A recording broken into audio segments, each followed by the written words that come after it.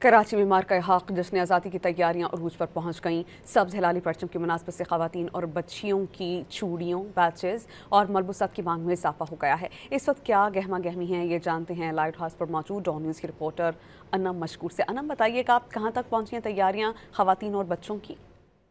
जी बिल्कुल 14 अगस्त की तैयारी हमारी कौम के लिए किसी ईद की खुशी से कम नहीं होती और इसका इतना ही एहतमाम किया जाता है जितना ईद पे एहतमाम किया जाता है।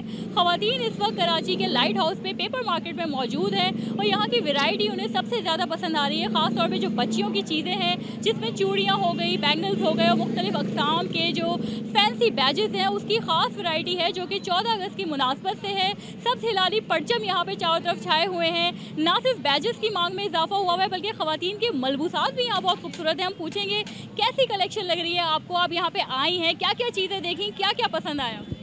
जी बिल्कुल, मैं यहाँ 14 अगस्त की तैयारी के लिए आई हूँ और मैंने बहुत सारी चीज़ें देखी। बैजेस हैं यहाँ, डिफरेंट टाइप के ब्रेसलेट्स हैं और colour combination green and white का बहुत ही ज़्यादा उम्दा है। इसके अलावा ये कि चूड़ियाँ भी बहुत प्यारी लग रही हैं और मैंने अभी तक जितनी भी चीज़ें देखी हैं वो इस लिहाज से मुझे इतनी अच्छी लगी हैं कि मैं चाह रही हूँ कि सिर्फ अपने लिए ही नहीं दूसरे बच्चों के लिए भी लेकर डिस्ट्रीब्यूट कर दूँ। जी बिल्कुल, यहाँ पे जो ख़वातीन आई हैं उनका यही बस नहीं चल रहा, क्या ख़रीदें क्या छोड़ें, क्योंकि वैरायटी इतनी ज़बरदस्त है। 14 अगस्त की तैयारी जो है अपने उरूज पर है, वक्त कम है, मुकाबला सख्त है और इस वक्त लाइट हाउस की जो पेपर मार्केट है इसमें रश बढ़ चुका है। जी